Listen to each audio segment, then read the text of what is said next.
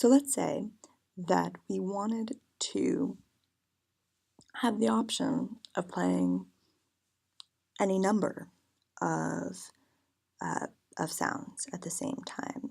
How could we go about doing that? Well, the first thing you might think to try is, since SF play only plays one sound file at a time, well, maybe what we need is many SF plays. And you wouldn't be far off, except for there's a lot of limitations with just copying and pasting SF play many times. You're going to end up using more CPU than you really need, and you have to manage a whole lot of extra objects and patch cords for no good reason.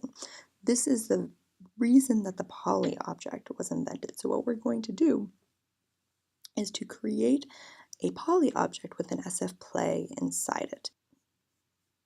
So to create a poly object, all we need to do is grab a new window, and we'll add an SF play object. We're going to keep this incredibly simple.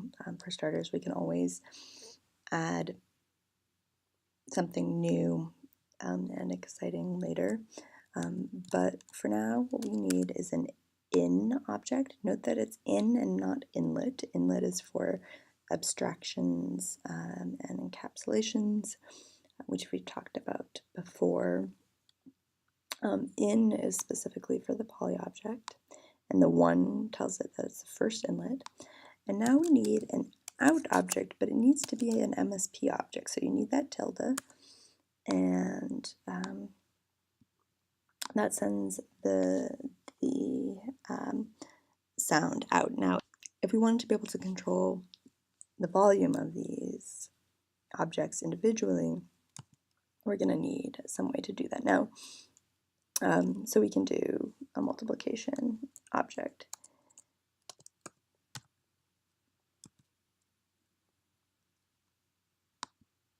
So, and we would want to put that in between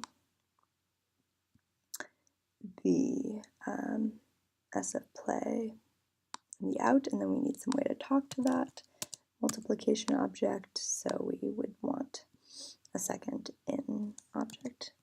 Now, so we're going to save this, and I'm going to name it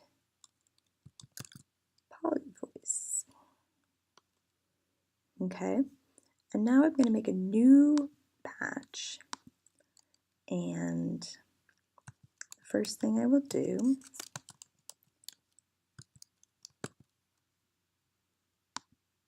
is to give that polyvoice, or sorry, the poly object, the argument polyvoice, which is telling it I want to use this file, but now I need to specify how many voices I want. So let's be conservative and say that I want 12 different voices. I've now essentially made a choir of 12 different voices for myself, and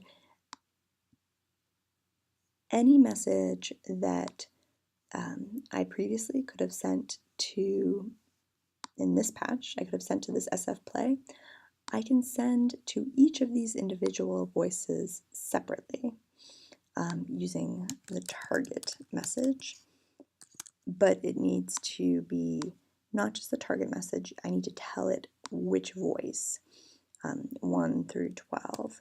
So just so that you can see what happens with the target message with this little $1. So now what I need to do is to transfer some of what I had over here to this new context. So I need to find a way essentially to take this entire segment and tell each of the voices in the poly object that I want to have them preloaded. I want to have them all preloaded with the same potential sounds. Now, obviously, you don't have to have them preloaded with the same sounds. You could have them all preloaded with different sounds. We're going to start with the same sounds just for simplicity's sake. Now, target 0 sends messages to all of the poly voices. Okay, so theoretically, if I begin by sending this message, target 0,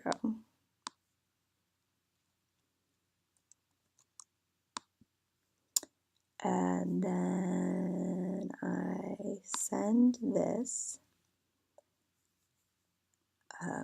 these messages to target 0, theoretically, if I say, okay, I want to see what's in voice 1, so voice 1, preload. So obviously it's not going to show all of the preloads that it loaded, but it would show the very last one. Let's try voice 2. Seems like it's showing up. Then all I should really need to do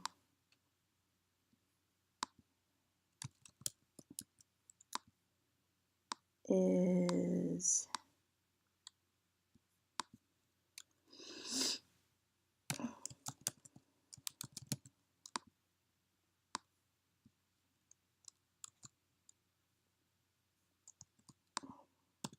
the integer box up here just to start the window, and then say, okay, I'm going to send to voice 1, I'm going to send preset 4. Lo and behold, that works. So what about if I wanted to send to voice 7, I wanted to send 8.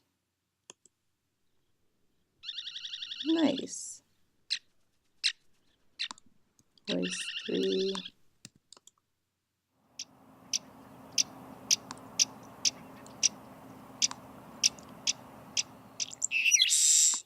So now we just need to add some, add the random control of the selection of the preloaded sound files, and then find a way to send those to specific voices automatically. So the first thing that we'll do is just add that control from the other file over there, random control.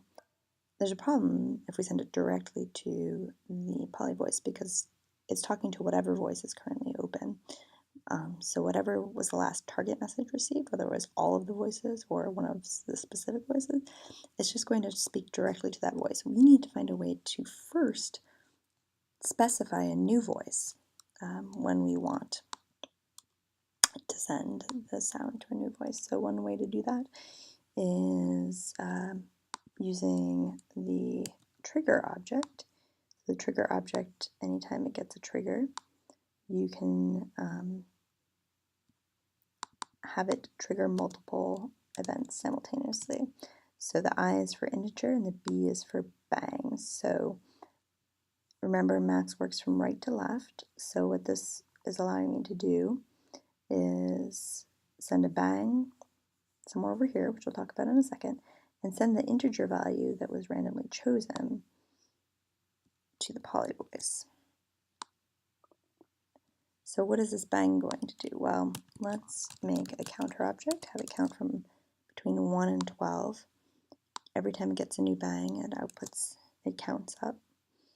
And then we're going to send this count out and have it speak to individual voices. So now every time I send a bang, I should be triggering a new voice.